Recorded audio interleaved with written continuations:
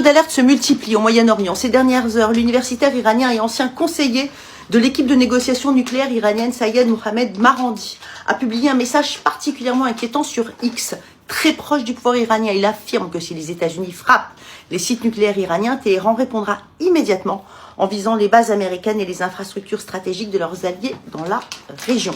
Alors cette déclaration intervient alors que les tensions montent autour d'un complexe nucléaire profondément enfoui sous une montagne de granit, présentée par plusieurs sources comme une cible potentielle des États-Unis. Si cette cible est abondamment évoquée dans les milieux proches du pouvoir iranien, aucune confirmation indépendante ne permet à ce stade d'affirmer qu'une frappe américaine est imminente contre ce site. Mais le climat est incontestablement celui d'une préparation au pire. Les pays du Golfe renforcent leurs dispositifs de sécurité. Qatar, Koweït, Bahreïn, Émirats arabes unis et Arabie saoudite surveillent étroitement leurs bases militaires, leurs installations pétrolières, leurs ports et leurs aéroports. Chacun sait que si un affrontement direct éclate entre Washington et Téhéran, les infrastructures pourraient devenir des objectifs militaires. Dans le même temps, Washington a durci ses recommandations de sécurité à destination de ses ressortissants présents en Iran, en les invitant à quitter le pays dès que les conditions le permettent. Là encore, le message est clair. Les autorités américaines estiment que le risque d'une dégradation rapide de la situation est réel. Le plus préoccupant est sans doute le changement de ton. Nous ne sommes plus dans une guerre de déclarations diplomatiques.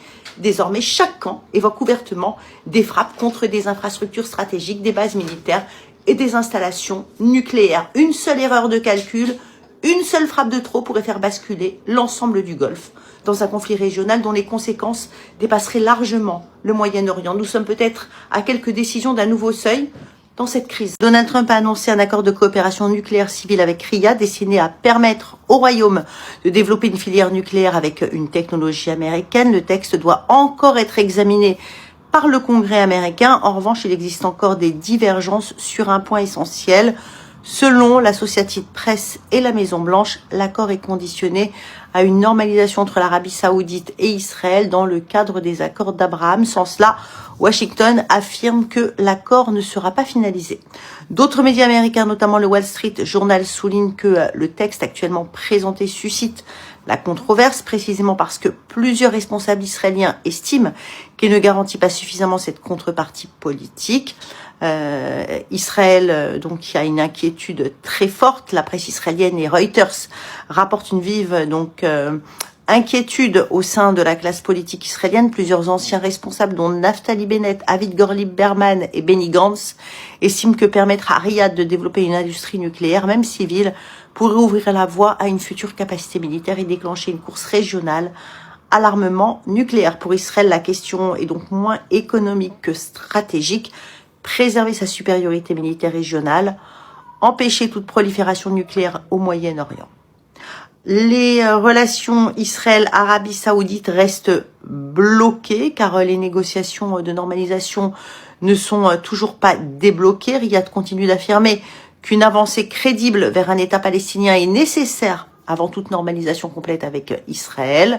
Le gouvernement de Benjamin Netanyahou reste opposé à cette perspective dans les conditions actuelles. Autrement dit, Washington pousse, Riyad temporise, Jérusalem refuse pour l'instant les conditions saoudiennes. Du côté iranien, la guerre évidemment n'est pas terminée, même si un cessez-le-feu est en vigueur après les combats des derniers mois, la situation reste extrêmement fragile. La presse américaine rappelle que le cessez-le-feu tient mais reste précaire. Les discussions entre Washington et Téhéran sont toujours très compliquées. Personne ne considère que le conflit est véritablement clos. Donald Trump durcit encore son discours. Selon plusieurs médias américains, Donald Trump répète que les États-Unis restent prêts à intervenir militairement si l'Iran reprend son programme nucléaire ou rompt les engagements en discussion. La Maison-Blanche veut maintenir une pression maximale tout en poursuivant une solution diplomatique. Du côté des Émirats arabes unis, eh bien, la presse émirati reste très prudente. Les autorités maintiennent un niveau élevé de vigilance sur les infrastructures stratégiques, une surveillance renforcée des installations énergétiques et des ports, une volonté affichée d'éviter une nouvelle escalade militaire régionale. L'objectif d'Abu Dhabi demeure la stabilité économique et la protection des routes commerciales. Le Golfe, évidemment, et les monarchies qui cherchent désormais deux choses, empêcher une reprise des frappes contre leur territoire et préserver leurs investissements et leurs exportations énergétiques, car le souvenir des attaques de missiles et de drones contre plusieurs États du Golfe reste très présent. En résumé, nous sommes entrés dans une phase, dans ce dossier moyen-oriental, la guerre ouverte entre les États-Unis, Israël et l'Iran est en pause, mais reste susceptible de repartir. L'enjeu diplomatique s'est déplacé vers le nucléaire civil saoudien. Israël redoute qu'un tel accord ne modifie durablement l'équilibre stratégique régional. Washington tente de faire du nucléaire saoudien un levier pour obtenir une normalisation entre Riyad et Israël. Les Émirats et les autres monarchies du Golfe cherchent avant tout à éviter une nouvelle escalade militaire tout en renforçant leur sécurité. Si nous ne vendons pas de pétrole, personne n'en vendra. C'est la menace d'hier du président du Parlement iranien. Les marchés financiers, eux, ont directement fait un AVC après cette annonce. L'ONU, elle, parle d'une situation hors de contrôle et au bord de l'inimaginable. On décrypte ce bordel signé Donald Trump. C'est la déclaration choc qui a clairement fait paniquer les marchés hier. On a Mohamed Bagar Galligaf qui a pris la parole pour envoyer un message d'une clarté absolue à Washington. Je le cite, « Si notre sécurité n'est pas garantie, aucune infrastructure ne sera à l'abri. La situation du détroit ne reviendra pas celle d'avant-guerre. » Résultat immédiat, le cours du baril du pétrole a clairement bondi en quelques minutes et l'ONU, elle, vient d'émettre une alerte rouge mondiale. Mais en vrai, si on réfléchit à la situation 2 minutes et qu'on pose des cartes sur la table, pourquoi l'Occident s'étonne ? Ils passent leur temps à leur coller des sanctions à l'Iran et ça depuis des décennies. L'Amérique en ce moment qui bombarde leurs infrastructures et surtout qui les empêche d'exporter leur propre pétrole. Vous vous attendiez à quoi en fait ? Qu'ils regardent en fait les voisins chargés remplir les tankers dans leur détroit d'Ormuz pendant que eux ne peuvent pas le faire ? Car oui, n'en déplaise à l'Occident, c'est leur arrière-cour géopolitique. Et si tu prives le patron en fait de faire son business dans son propre détroit, eh ben il ferme le verrou pour tout le monde.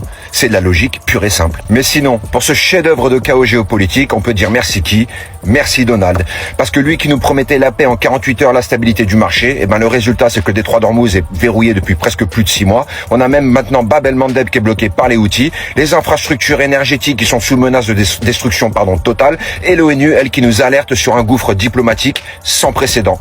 Quelle diplomatie de génie. Alerte info, l'Iran s'en prend désormais à l'Irak, mais plus précisément aux bases américaines qui sont présentes en Irak, dans la province d'Erbil, provoquant d'énormes incendies, mais forcément que c'est en train de faire une escalade dans le monde entier et surtout au Moyen-Orient, puisque l'Iran, en attaquant les bases américaines, bah forcément ça va toucher les Irakiens, et les Irakiens ils vont être obligés de se défendre pour montrer à l'Iran qu'ils sont là.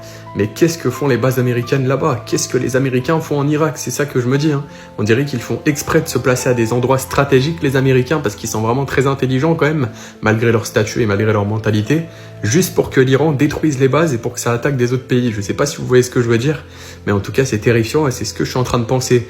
Est-ce que Donald Trump a un plan bien plus macabre dans sa tête? Est-ce que c'est un président qui est encore plus dangereux qu'on le pense? Ça, c'est peut-être la question qu'on doit se poser absolument. Sachant que l'Iran a rejeté une proposition de cessez-le-feu des États-Unis transmise par l'Irak, selon le New York Times. C'est-à-dire que l'Iran n'a pas envie de faire de cessez-le-feu pour le moment et ils veulent continuer à défendre leurs valeurs. C'est quand même tout simplement incroyable, invraisemblable, qu'en ce 24 juillet 2026, il y ait encore des pays qui se disent droits de l'homiste avec supplément pourvoyeur de paix, qui sont les administrateurs de l'arme nucléaire. Toi, tu dois la posséder, mais pas toi. Toi, tu as le droit. Toi, tu as le droit. Toi, tu as le droit. Toi, tu as le droit. Pas toi. Non, non, non, pas toi. Toi, tu as le droit. Mais non, non, pas toi. Toi, tu l'auras un petit peu. Un petit peu. À 50%, 60%. Que si et seulement si tu réponds au dénominateur commun, que si tu profites aux États-Unis et à ces pays fake, à ce pays fake, parce qu'il faut à un moment donné qu'on se dise le terme, et je le dirai jamais assez. Israël est un pays fake, fondé sur quelque chose de fake. Quand tu es né du fake et que tu te prononces, que tu partages, que tu oses t'appeler pays alors que tout ton soubassement, toute ta structure est basée sur du fake, tu n'as même pas le droit à la parole. Et pour autant, on parle aujourd'hui des accords d'Abraham. On vous placarde, mentionne ses limites si on ne prend pas. Voilà cette espèce de... j'ose le terme. Cette pointe, cette vis, ce clou qu'on appelle l'acceptation de la toute-puissance absolue, et qu'on te le plante dans la tête, en voulant te faire croire que non, tout cela existe vraiment. Tu dois l'accepter. Tu dois accepter que les États-Unis sont les administrateurs d'une toute-puissance qu'on appelle le sionisme.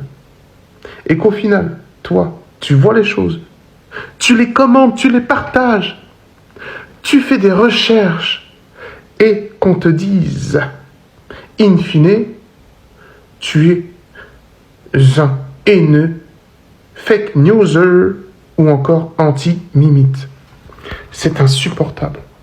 C'est proprement insupportable. Pour moi, mais encore plus pour les personnes en ce moment qui sont en train d'être brûlées vifs. Je ne parle pas de la France, évidemment, même si beaucoup de Français en ce moment sont priés de quitter leur maison parce qu'il y a des bandits qui s'amusent à allumer le feu à droite à gauche, mais je parle bien des Palestiniens, des Iraniens, des Libanais, qui n'ont plus de chez eux, qui n'ont pas de moyens, qui n'ont plus de moyens, qui n'ont absolument personne à part eux-mêmes. Ils n'ont même plus, à la limite, leur gouvernement, parce que leur gouvernement, ce sont des gouvernants qui mentent, au service du socio, au service de ce mot, de ce terme, de ces personnes dont on n'a plus le droit de citer leur nom, sinon on va aller en prison. Voilà la réalité de ce monde.